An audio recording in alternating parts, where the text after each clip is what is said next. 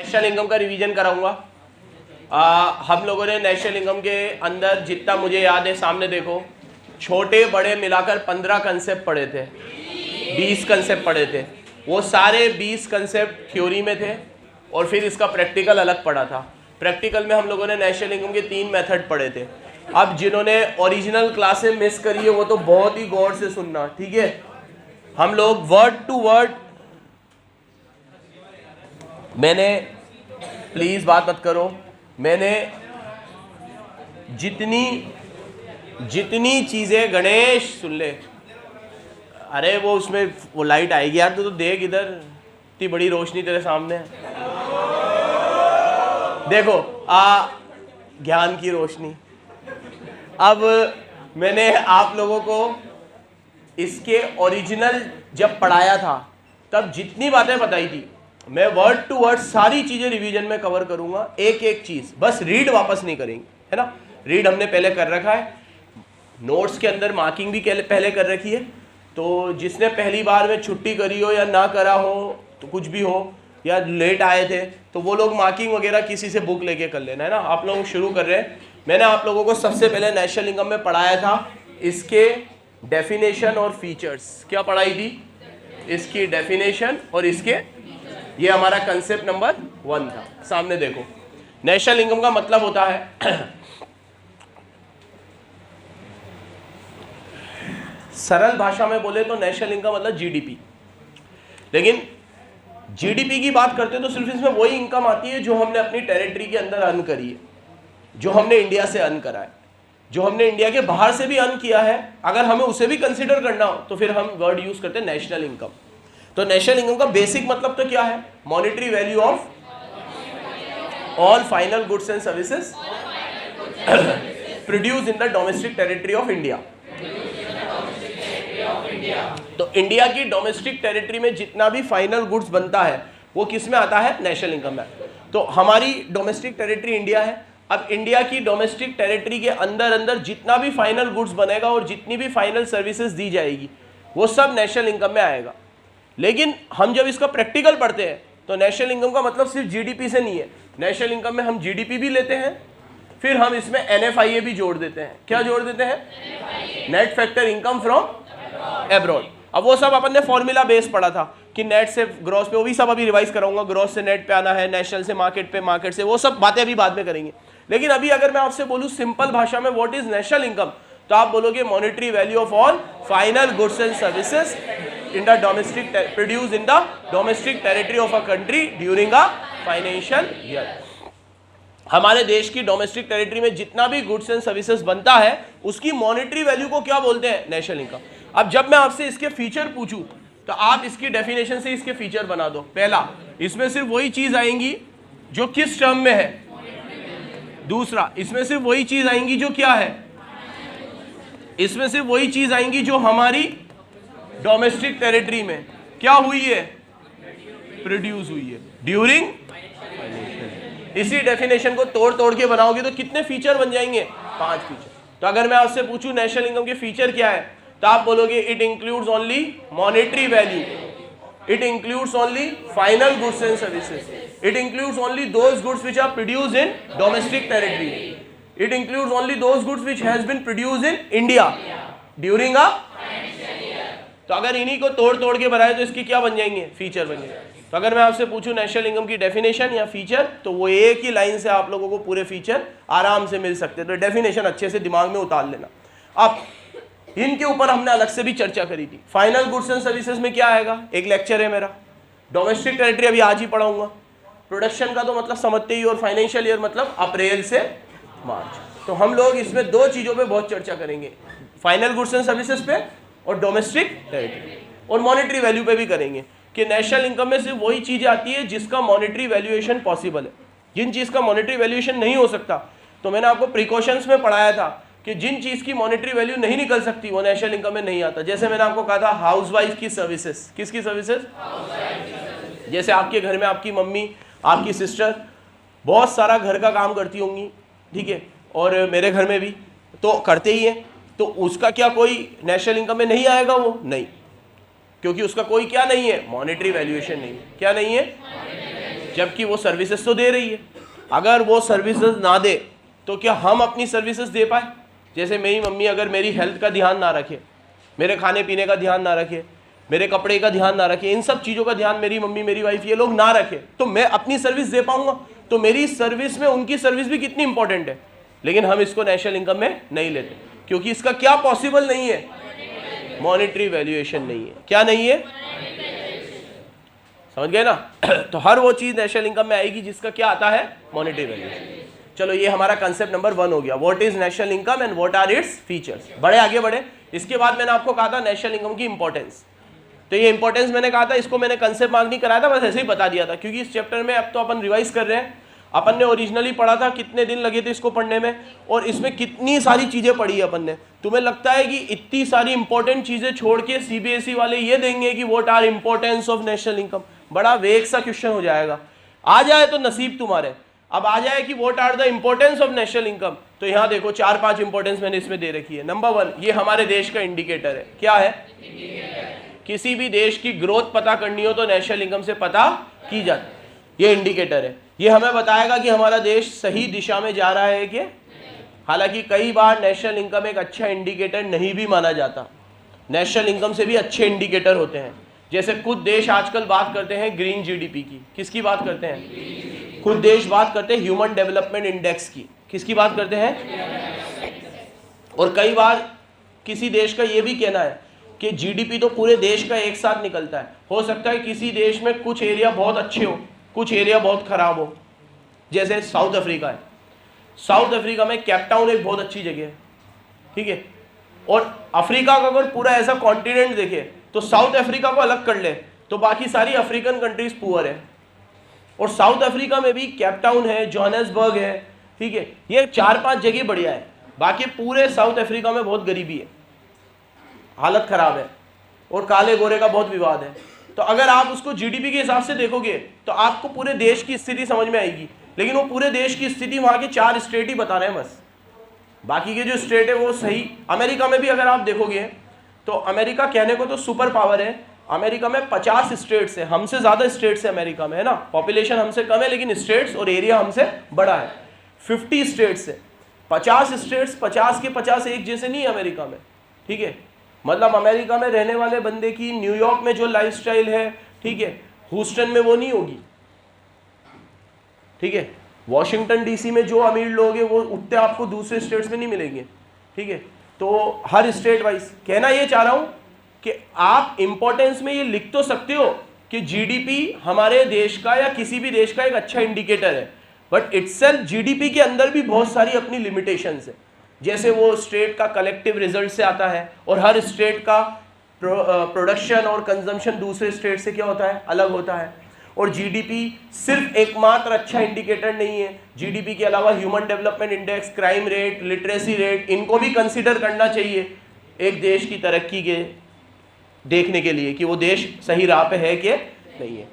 क्या बात समझा पा रहा हूं मैं? तो खैर ये बात लिखना मत आप लिखना तो यही कि क्योंकि इंपॉर्टेंस पढ़ा रहा हूं ना, जो टॉपिक दिया है उसको उस हिसाब से आंसर देना पड़ेगा। मैं इंपॉर्टेंस पढ़ा रहा हूं तो आपको क्या लिखना है भाई कि ये इंडिकेटर है।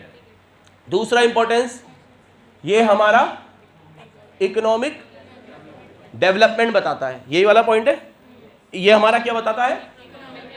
आज अगर हमारे देश का जीडीपी लगातार बढ़ रहा है तो मतलब हमारी इकोनॉमी तेजी से तरक्की कर रही है ना। आज इंडिया का जीडीपी नंबर 5 पे आ गया तो हमारे इकोनॉमिक डेवलपमेंट हो ही रहा है।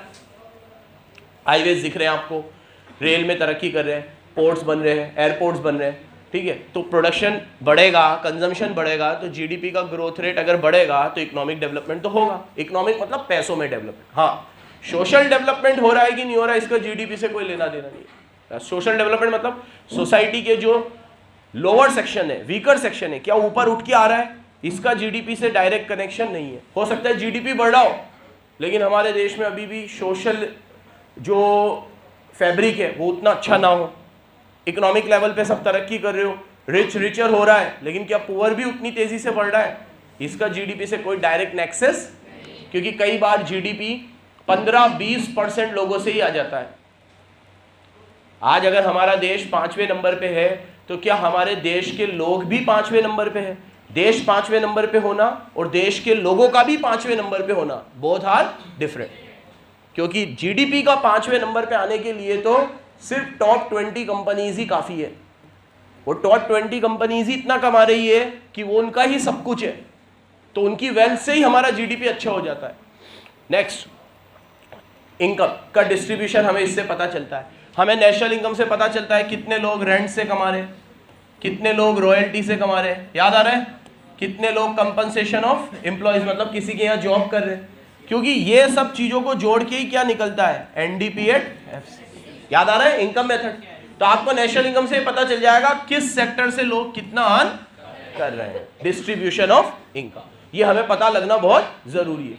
देखा, आज अगर मान लो मुझे तुम लोगों का इकोनॉमिक बैकग्राउंड पता करना हो कि तुम लोग किस इकोनॉमिक बैकग्राउंड से आते हो, तो मैं सबसे पहले क्या पूछूंगा, तुम्हारे पापा क्या करते हैं, तुम्हारी मम्मी क्या करती है, खुद का बिजनेस है कि जॉब करते हैं, ठीक है, ये मैं सबसे पहला सवाल होगा मेरा। जैसे अभी मैंने कोई स्कॉलरशिप लॉन्च करी, अब मुझे देखना है बच्चे को स्कॉलरशिप देनी है नहीं देनी, तो मैं सबसे पहले यही पूछूंगा कि आपके पापा का क्या बिजनेस है, आपकी मंथली इनकम कितनी है, ईयरली इनकम कितनी है, देन आई विल डिसाइड।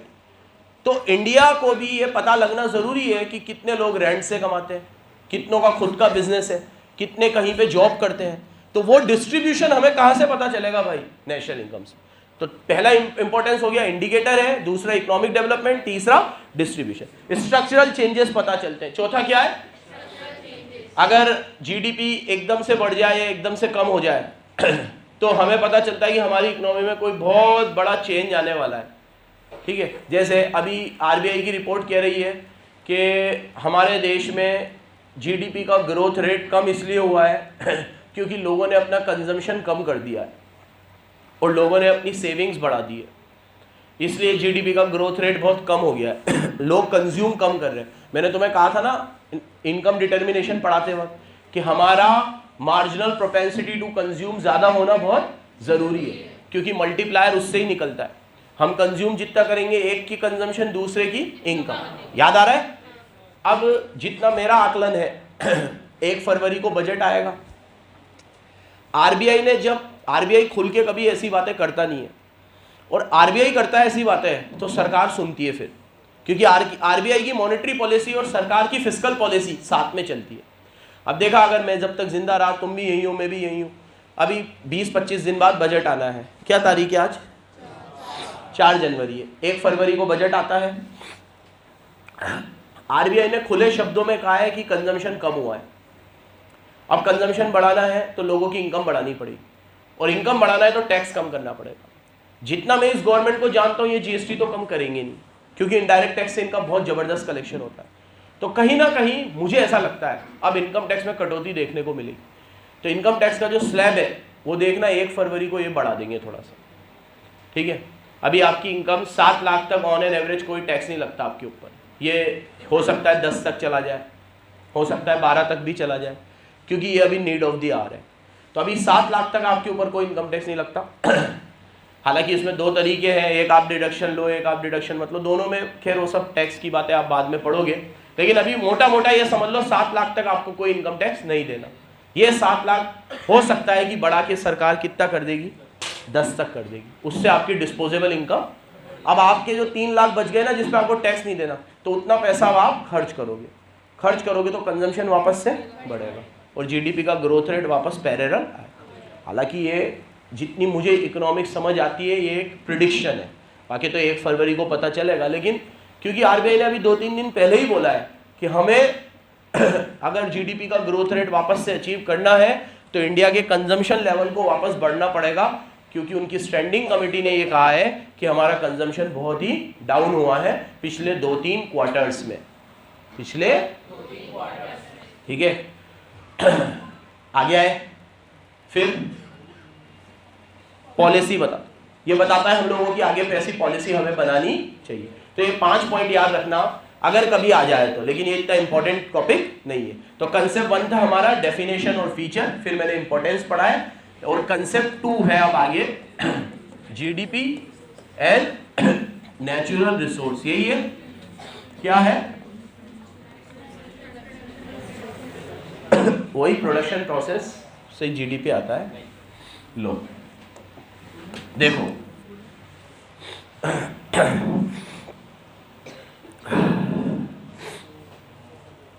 देखो सामने देखो, अगर किसी देश का प्रोडक्शन प्रोसेस अच्छा नहीं है तो उसका यह मतलब है कि वहां पे नेचुरल रिसोर्सेज अच्छे नहीं है, इसलिए ऐसा है। या उल्टा बोलूं, किसी देश के पास खूब सारे नेचुरल रिसोर्स है तो उसका यह मतलब है कि उनका प्रोडक्शन प्रोसेस भी बहुत अच्छा है। तो is there a direct relation between natural resource and production process? ये एक बार एग्जाम में आया था तो मैंने इसका एक टॉपिक बना के यहां डाल दिया। सुनो इधर क्या आया था एग्जाम में, कि अगर कोई कंट्री नेचुरल रिसोर्स में रिच है, जैसे कि साउथ अफ्रीका की अभी मैं बात कर रहा था, अफ्रीका में फॉरेस्ट एरिया बहुत अच्छा है, अफ्रीका में मिनरल्स भी बहुत अच्छे हैं, सेम उसी तरीके से गल्फ कंट्रीज में भी मिनरल्स बहुत अच्छे हैं। ऐसा बोलते हैं कि गल्फ कंट्रीज में तेल बहुत है, ठीक है। अब जैसे मैं अभी इराक होकर आया तो वहाँ पे मैंने देखा कि गल्फ कंट्रीज में सिर्फ तेल ज़्यादा नहीं है, ऐसा कह सकते हैं अपन कि गल्फ कंट्रीज में पूरे मिनरल्स ही ज़्यादा है, सिर्फ तेल नहीं। मतलब ये कहते हैं कि ऑयल रिच स्टेट्स है, मैं कहता हूँ ये मिनरल रिच स्टेट्स है, सारा ही तो मिनरल्स है इनके पास। अगर ऑयल पे ही डिपेंडेंसी होती तो ऑयल तो रशिया के भी पास है, अभी यूएस पे भी है ऑयल, वो भी इंपोर्ट कर रहा है, ऑयल एक्सपोर्ट कर रहा है, सॉरी, ठीक है। तो इन लोगों ने, इनके पास मिनरल्स बहुत है, दूसरे भी नेचुरल रिसोर्स बहुत है, ठीक है। तो अब इनके पास नेचुरल रिसोर्स अच्छे हैं तो क्या ये जीडीपी में भी आगे ही रहेंगे? ये कोई ज़रूरी, हालांकि ये है। अब इनके अंदर जैसे इराक है, इराक की करेंसी हमारे सामने डाउन है, ठीक है। ये इसी में ईरान भी आता है, ईरान और इराक में कितना फ़र्क है, ठीक है। ईरान बहुत रिच है, इराक उतना रिच नहीं है। फिर इधर आओ तुम यूएई में, तो यूएई इन दोनों को पूरे पे ही भारी है, कतर अपने आप में और भारी है, ठीक है। तो इनके सबके पास तेल है, फिर भी फ़र्क क्यों है? फ़र्क है इनके माइंडसेट का, ठीक है। जैसे यूएई ने हमेशा से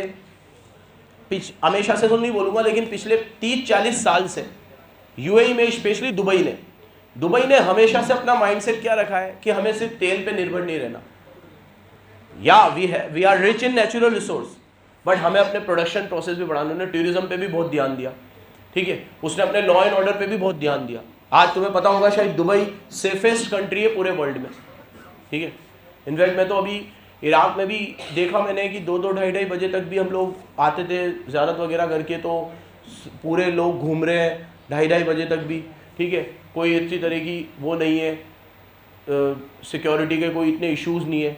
बहुत अपने यहाँ बहुत मुश्किल है सब चीज़ कि भाई फेस्टिवल्स में भी 2-2:30 बजे अगर अपन निकल रहे तो एक डर तो रहता ही है, कोई साथ में रहना चाहिए।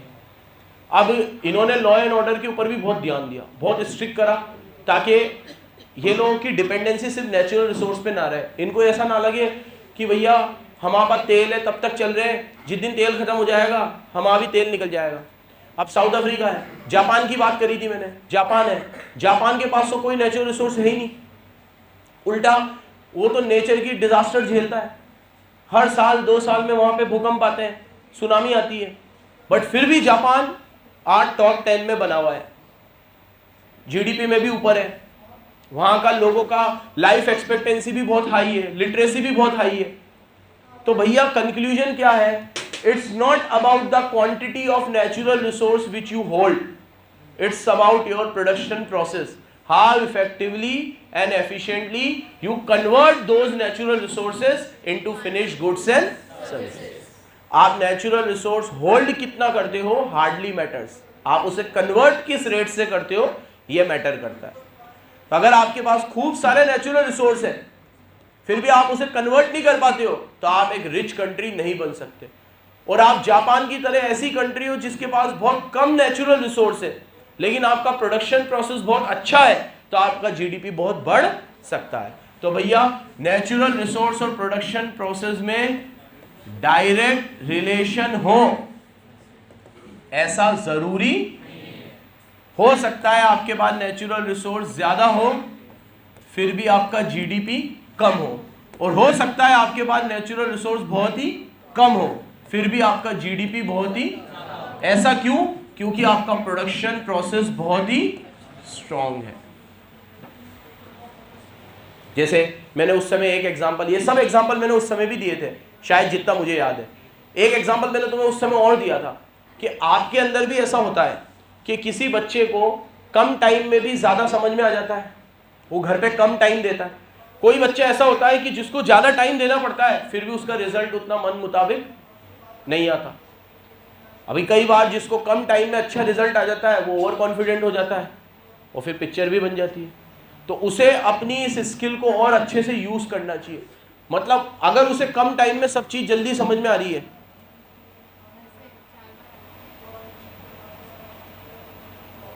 अगर उसे कम टाइम में ज्यादा चीजें समझ में आ रही है तो ये एक अच्छी बात है। उसके बाद नेचुरल रिसोर्स अच्छे हैं। अब उसका आउटपुट कब अच्छा आएगा? जब वो उसके ऊपर काम करेगा। अब वो मेहनत नहीं कर रहा है तो वो अंग्रेजी में कहावत होती है कि hard work beats talent when talent doesn't work hard. ठीक है, तो कई बार ऐसे भी बच्चे होते हैं जिनको चीजें कम टाइम में समझ में आती है, लेट समझ में आती है, लेकिन वो भी उनसे आगे निकल जाते हैं जिनको जल्दी समझ में आ रही है क्योंकि उनका हार्डवर्क बहुत अच्छा है। ठीक है, तो ये जैसे एक पर्सनली एग्जांपल दिया मैंने आप लोगों को, और सेम ऐसे ही देश के साथ भी है। तो आपके टैलेंट से कोई फर्क नहीं पड़ता अगर आप में हार्ड वर्किंग कैपेबिलिटीज नहीं है। ठीक है, सारे टैलेंट धरे के धरे रह जाते हैं। ठीक है, चलो दो कंसेप्ट हो गए हमारे। अब कंसेप्ट 3, पेज पलटोगे, सिटीजन और रेसिडेंट की बात करेंगे।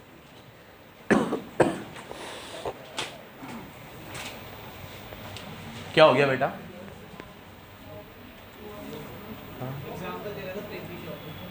पृथ्वी शो का एग्जांपल दे रहा था तू। हाँ बिल्कुल सही एग्जांपल दे रहा है तू कि बहुत टैलेंट था उसमें, बहुत अभी अनसोल्ड रह गया बेचारा वो। हाँ, फैन ऑफ कर दूं? क्यों? कौन किसको करवाना है फैन ऑफ? पागल हो गई है तू? तो मेरे को भी हो रही है सर्दी, तो मेरे को भी आ रहा है। ले पॉज कर दे 1 मिनट बेटा। नमन क्या हो, जाना है घर?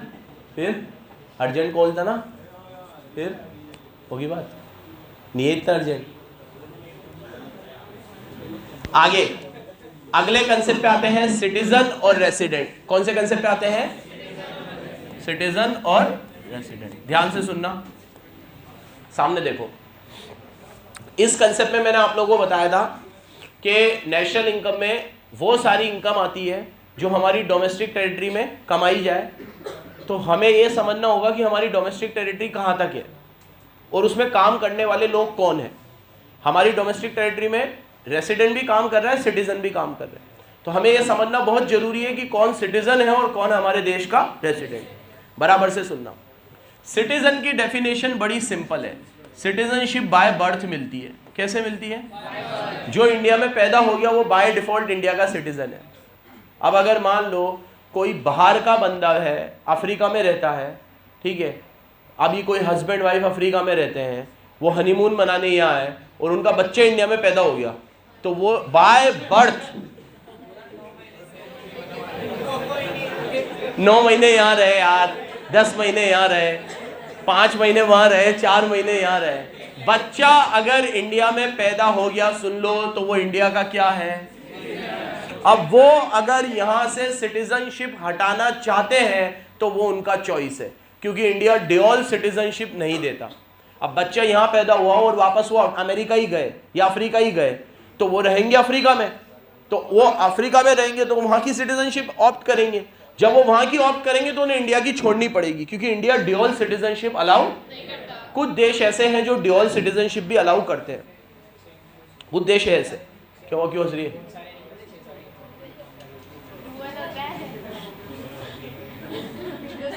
ना मारूंगा ना। चलो देखो, अब इंडिया, सुनो इधर, इंडिया की पॉपुलेशन ऑलरेडी बहुत ज्यादा है, इसलिए हम लोग ड्यूअल सिटीजनशिप अलाउड नहीं करते। अब जो लोग अलाउ करते हैं वो करते हैं। तो सिटीजनशिप का सीधा फंडा है। सर एक बात बताओ, इंडिया में सिटीजनशिप बाय बर्थ मिलती है, हर जगह यही रूल है। बाय बर्थ का रूल तो हर जगह है। अब बाय बर्थ के अलावा कुछ और होगा तो वो अलग बात है, ठीक है। जैसे आपको सिटीजनशिप देने के लिए और कोई दूसरे नॉर्म्स रख सकते हो, लेकिन बर्थ वाला तो हमेशा ही रहेगा, बर्थ वाला तो हमेशा ही रहेगा। अच्छा, आपको पता है कि जो बच्चा फ्लाइट में पैदा होता है उसका कोई टिकट नहीं होता, याद है आप लोगों को ये रूल? उसका फ्लाइट का कोई फेयर नहीं लगता जिंदगी भर। हाँ, इसीलिए फ्लाइट में प्रेग्नेंट वुमेन को एंटर ही नहीं करने देते वो लोग। ये भी एक फैक्ट है, ठीक है। अभी वो वैसे ये रूल इसलिए है कि फ्लाइट में जब वो पैदा होगा तो उसकी सिटीजनशिप डिसाइड नहीं हो पाएगी ना, हवा में वो कौन से देश में था, ठीक है। मतलब अभी लैंड कर लिया, देखो अगर लैंड कर लिया तो उस देश का है, वो तो कोई दिक्कत नहीं है, और अभी स्टार्ट ही नहीं हुआ है तो भी फिर ठीक है। लेकिन हवा में है और बच्चा आ गया तो ड्यूरिंग द टाइम आप किस देश के हो ये पता नहीं है, तो आपको हर देश में ट्रैवल करने दिया जाएगा विदाउट एनी कॉस्ट। ये हर एयरलाइन कंपनी के नॉर्म्स में होता है। लेकिन ऐसे करोड़ों में से एक केस देखने को कभी मिलते हो तो मिलते हो, ठीक है। मतलब उसके तो क्या मजे आते होंगे, ले न्यूयॉर्क, ले लंदन, तुम्हारी ऐसी तैसी, लेकिन फ्लाइट ही फ्री है, बस वहां जाओगे तो खाने पीने के पैसे लगेंगे नंगो। चलो देखो इधर, अब नेक्स्ट, ये सारी बातें निकली, सुनो, ये सारी बातें निकली कहां से? सिटीजनशिप हमेशा कैसे मिलती है? बर्थ से। लेकिन जो रेसिडेंट है वो कौन है? जिसका सेंटर ऑफ इंटरेस्ट क्या होना चाहिए? इंडिया। बात मत करो, सेंटर ऑफ इंटरेस्ट मतलब जिसके अर्निंग स्पेंडिंग के सोर्सेस इंडिया से बिलोंग करते हो। कौन से सोर्सेस?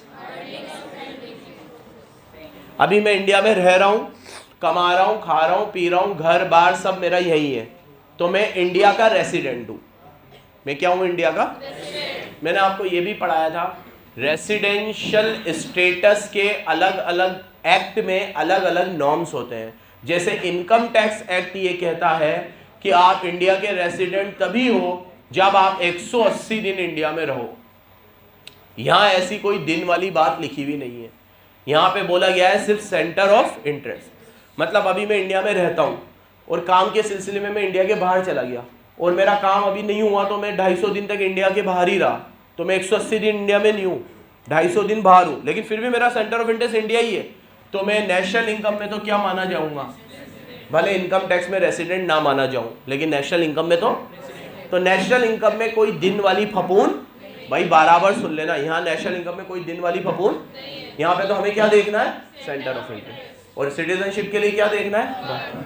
ये एक लीगल कंसेप्ट है। कौन सा कंसेप्ट है? लॉ से जुड़ा हुआ है। ये इकोनॉमिक कंसेप्ट है, पैसों से जुड़ा हुआ है। किससे जुड़ा हुआ है? सारे सिटीजन रेसिडेंट हो ये जरूरी, और सारे रेसिडेंट सिटीजन हो ये भी जरूरी। All citizens are not necessarily resident and all residents are not necessarily.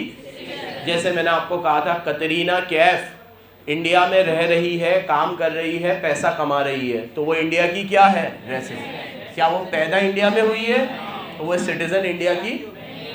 Same उसी तरीके से ऐसे लोग जो सिटीजन इंडिया के हैं, शादी से हम लोग रेसिडेंशियल स्टेटस नहीं देते हैं। ये अमेरिका का रूल है, हमारा नहीं है। हमारे यहाँ आपको इंडिया की सिटीजनशिप लेने के लिए गवर्नमेंट ऑफ इंडिया में अप्लाई करना पड़ेगा। गवर्नमेंट को लगेगा तो वो देगी, और उसमें भी मैंने अभी कहा कि उन्हें यूके की सिटीजनशिप छोड़नी पड़ेगी, और मुझे लगता नहीं है कि वो कभी यूके की सिटीजनशिप छोड़ेंगी इंडिया की लेने के लिए, क्योंकि सिटीजनशिप लेके करोगे क्या आप यहाँ की? आप यहाँ रह रहे हो, खा रहे हो, पी रहे हो, टैक्स भर रहे हो, हम आपको भगा तो रहे नहीं है। तो सिटीजनशिप तो एक लीगल कंसेप्ट है बस आपका। और अगर आपके पासपोर्ट यूके का है और एक आपका पासपोर्ट इंडिया के, क्या पासपोर्ट में वजन होना चाहिए? अब आपके पास यूएसए का पासपोर्ट है, सिटीजनशिप से पासपोर्ट मिलता है, यूएसए का पासपोर्ट है, आप मैक्सिमम कंट्रीज में ट्रैवल कर सकते हो, कहीं कोई दिक्कत नहीं है, बहुत सारी जगहों पे वीजा फ्री है। सिर्फ आपको ये दिखाना है कि आपका पासपोर्ट यूएसए का है, तो वीज़ा ही फ्री है, कोई वीज़ा लगेगा ही नहीं। तो पासपोर्ट स्ट्रांग होता है, आपकी सिटीजनशिप से बनती है पासपोर्ट। तो वो चाहेंगे कि अभी यूके की सिटीजनशिप छोड़ दे इंडिया की लेने के लिए, ठीक है। तो इसलिए हम लोग ड्यूल तो दे दी नहीं, अब वो हम नहीं दे रहे तो उसको वहां की तो छोड़नी पड़ेगी, उसे वहां की छोड़नी पड़ेगी, और वहां की छोड़ेगी यहाँ की सिटीजनशिप लेने के लिए, तो आई थिंक उसमें नुकसान है उनका।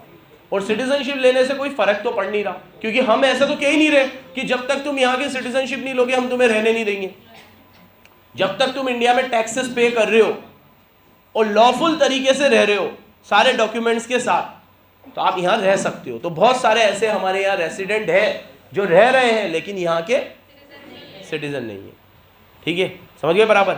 और ऐसे लोग भी हैं जो हमारे सिटीजन है लेकिन हमारे क्या नहीं है, सेंटर ऑफ इंटरेस्ट इंडिया। जैसे मैंने कहा था कि मेरा भाई है, तो पैदा यहाँ हुआ है, क्वालिफिकेशन यहाँ की है, लेकिन अभी जॉब के सिलसिले में दुबई है, तो वो इंडिया का सिटीजन है लेकिन क्या नहीं है, क्योंकि अभी उसका क्या नहीं है इंडिया में। अब वो यहाँ आ जाएगा, यहीं पे काम कर लेगा, तो वो रेसिडेंट भी बन जाएगा। चलो, ये एक और कंसेप्ट हो गया। 3 चीजें पढ़ा दी मैंने आपको। नेशनल इनकम के फीचर मैं कल पूछूंगा, ये मैं ऐसे ही मैं खुद से रिवाइज नहीं कर रहा हूँ, ठीक है, समझ जाओ। अब इतना एग्जाम का एकदम नजदीक टाइम है, थोड़ा टाइम घर पे भी दे दिया करो तो मेरी मेहनत सक्सीड हो जाएगी। बहुत दुआएं करिए आप लोगों के लिए मैंने कि अच्छा रिजल्ट आए। अभी देखते क्या है, कितने की करिए, कितने की करिए, मतलब कितने पैसों की करिए। परसेंटेज अब ऐसे एक एक की तो मैंने देखी नहीं, गणेश की इतनी आए, इसकी इतनी आए। ये जरूर करिए कि जो भी बच्चे जितना डिजर्व करते हैं उतनी उनकी जरूर आए। पास ही नहीं हो रहा, तू पास होना भी डिजर्व नहीं करता। यार जाने से पहले बोलता मैं दुआएं मैं उस हिसाब से करता तेरे लिए। हाँ चलो, एक चीज और रिवाइज करा देता हूं, 4 कंसेप्ट हो जाएंगे। Concept 4, domestic territory. क्या? यहां देखो कितने बच्चे ये चैप्टर अभी पहली बार पढ़ रहे हैं? 1 2 और बस 2 ही जने, बाकी सब पहले पढ़ चुके थे। गुड, तू भी पहली बार तू पहले पढ़ चुकी होगी। अच्छा, समझ में आ गया तेरे को अभी तक जो बताया? देखो बेटा, तनीशी तू भी तो पहली बार ही पढ़ चुकी है पहले। चलो ठीक है, देखो अब आगे देखते हैं। चौथी चीज आज के लिए लास्ट चीज है, ध्यान से सुनना। What is domestic territory? हमारी डोमेस्टिक टेरिटरी किसे कहते हैं? यहां देखो, डोमेस्टिक टेरिटरी मतलब वो ज्योग्राफिकल और पॉलिटिकल एरिया जिसके अंदर हम पर्सन, कैपिटल और गुड्स को फ्रीली मूव करा सकते हैं। किसको फ्रीली मूव करा सकते हैं? पर्सन, कैपिटल और गुड्स को क्या करा सकते हैं? फ्रीली मूव करा सकते हैं। तो उस जियोग्राफिकल एरिया को और पॉलिटिकल फ्रंटियर को हम लोग डोमेस्टिक टेरिटरी बोलेंगे। मतलब डोमेस्टिक टेरिटरी का पूरा कंसेप्ट फ्रीडम से चलता है। अभी मैं यहां से वेस्ट बंगाल जाऊं, असम जाऊं, महाराष्ट्र जाऊं, गुजरात जाऊं, कोई रोक नहीं सकता। शर्त यह है कि प्रॉपर जिस साधन से जा रहा हूं उसका टिकट लेके जाऊं, है ना, और जो मेरे देश का कानून है उस कानून को फॉलो करके जाऊं, तो मुझे कोई रोकेगा नहीं, पूरा फ्रीडम है। मैं वहां पे कोई कैपिटल लेके जाऊं, बिजनेस करने के लिए गुड्स भेजूं, तो भी मुझे कोई रोकेगा नहीं। बस वही है, जो मेरे को फ्रेट ट्रांसपोर्ट का पैसा देना वो तो देना ही पड़ेगा। लेकिन मैं यही सब चीजें करने के लिए मान लो श्रीलंका जाना चाहता हूं, तो क्या मैं बिना वीजा के जा सकूंगा? बिना फॉर्मेलिटी के जा सकूंगा? क्या मुझे वहां उतना फ्रीडम मिलेगा जितना यहां है? तो मतलब फिर वो मेरी डोमेस्टिक टेरिटरी में। तो domestic territory is all about freedom. जिस एरिया तक आपको फ्रीडम मिल रहा है वो एरिया आपकी डोमेस्टिक टेरिटरी है। फ्रीडम खत्म, डोमेस्टिक टेरिटरी खत्म। क्या खत्म? फ्रीडम खत्म, डोमेस्टिक टेरिटरी खत्म। तो डोमेस्टिक टेरिटरी का पूरा कंसेप्ट किस पे निर्भर करता है? फ्रीडम। तो बोलो मेरे साथ, domestic territory means geographical area और political frontier within which person, goods और capital can be move freely. ठीक है, तो डोमेस्टिक टेरिटरी का कंसेप्ट कहाँ से आता है? फ्रीडम से। अब एक चीज और इसमें टिक कर रखी है अपने, ये सब लोग, इसका एक बहुत बढ़िया क्वेश्चन मैंने टेस्ट में भी दिया था जो तुमने मैक्सिमम बच्चों ने गलत किया था, अभी बात करेंगे उसकी भी। देखो, पॉलिटिकल फ्रंटियर में पहले तो एयर स्पेस और वाटर स्पेस भी आता है। क्या आता है? जैसे अभी आप लोग यहाँ से कहीं भी बाहर गए, दुबई गए, तो आप जिस एयरवेज में बैठोगे, ठीक है, तो वो दुबई एयरवेज हो सकती है, स्पाइस जेट हो सकती है, स्पेस एयरवेज हो सकती है, ठीक है, या इंडिया की एयर इंडिया हो सकती है, कोई सी भी हो सकती है। सुनो इधर, तो अब ये प्लेन्स जो है ये तो रोज उड़ते रहते हैं, और ये यहाँ से जाएंगे दुबई छोड़ के, फिर वहाँ से पैसेंजर लेके दुबई आ जाएंगे, बहुत सारे टाइम तक ये तो इंडिया में ही रहते हैं। तो क्या ये इंडिया के डोमेस्टिक टेरिटरी में आएंगे? नहीं। एयर स्पेस और वाटर स्पेस का रूल ये है कि ये जहाँ से ऑपरेट होते हैं, अब जैसे इराक एयरवेज है तो इराक से ही ऑपरेट हो रहा होगा, तो वो कितने भी दिन इंडिया में रहे, कितने भी पैसेंजर इंडिया के लिए, कितने लाखों करोड़ों पैसेंजर वो इंडिया से ले जाता होगा, लाता होगा, यहाँ रहता होगा, जितना इराक में नहीं रहता उतना यहाँ रहता होगा, दुबई की फ्लाइट जितनी वहाँ नहीं होती होगी उतनी यहाँ रहती होगी, बट फिर भी वो हमारे डोमेस्टिक टेरिटरी का पार्ट, क्योंकि वो ऑपरेट जहाँ से हो रही है वहाँ पे मानी जाएगी। सुन रहे हो बराबर? बस इसमें ये होता है कि जहाँ यहाँ से हमारे पैसेंजर लेके जा रहे हैं ना, तो इनको यहाँ पे एक फ़ीस वगैरह देनी पड़ती है। बाकी आप जो भी फेयर वगैरह देते हो ये सब इनका जाता है। सेम ऐसे ही अभी कोई इंडिया से नीदरलैंड घूमने गया और वहाँ से फिर वापस नीदरलैंड से इंडिया आया, तो वो पैसा इंडिया वाली एयरलाइन कंपनी को मिलेगा, लेकिन उनका, हमारा प्लेन वहाँ पे उतरा तो वो उसका जो चार्जेस होता है वो लोग हम देते हैं वहाँ पर, जो भी हुआ, फिर वहाँ से पैसेंजर बैठेंगे, फिर वापस हम उन्हें यहाँ लेकर आए, ठीक है। तो लेकिन हाँ, पैसा हमारे पास जाएगा, वो जीडीपी में हमारे आएगा, ये याद रखना, जीडीपी में वो हमारे आएगा। तो इसीलिए एयर स्पेस और वाटर स्पेस जो होते हैं ये जिस टेरिटरी के होते हैं उसी की टेरिटरी में माने जाते हैं, या ऐसा बोलूँ जहाँ से ऑपरेट होते हैं ये वहीं की टेरिटरी का पार्ट माने जाते हैं। इसके अंदर तो पॉलिटिकल फ्रंटियर में टेरिटरियल वाटर भी आता है, एयर स्पेस भी आता है, शिप भी आते हैं और एयरक्राफ्ट भी आते हैं। क्या आते हैं? शिप और, लेकिन ये जहाँ से ऑपरेट होते हैं वहीं की टेरिटरी में माने जाते हैं। तीसरा, फिशिंग वेसल, नेचुरल गैस की पाइपलाइन, ये भी अब ये जो फिशिंग वेसल है, नेचुरल गैस की पाइपलाइन है, ये अगर इंडिया से ऑपरेट हो रही है तो ये इंडिया की टेरिटरी में मानी जाएगी, भले ये पूरे, अभी हम लोगों ने ऑयल को एक्सट्रैक्ट करने के लिए बहुत सारा काम इनके साथ कर रखा है, गल्फ कंट्रीज के साथ। तो इससे हमारे यहाँ क्या डायरेक्ट ऑयल एक्सपोर्ट हो जाता है, इंपोर्ट हो जाता है सॉरी, तो उसके लिए हम लोगों ने नेचुरल गैस पाइपलाइंस वगैरह डाल रखी है। तो ये सारी पाइपलाइंस इंडिया से अगर ऑपरेट हो रही है तो इंडिया की डोमेस्टिक टेरिटरी का पार्ट मानी जाएगी, और वहाँ से ऑपरेट हो रही है तो वहाँ का पार्ट मानी जाएगी, ये बात याद रखना। और लास्ट में मैंने बताया था एम्बेसीज, एम्बेसी जहाँ की होती है वहीं की टेरिटरी का पार्ट होती है। जैसे इंडियन एम्बेसी कभी इंडिया में होगी नहीं, एम्बेसी हमेशा दूसरे देश में होती है।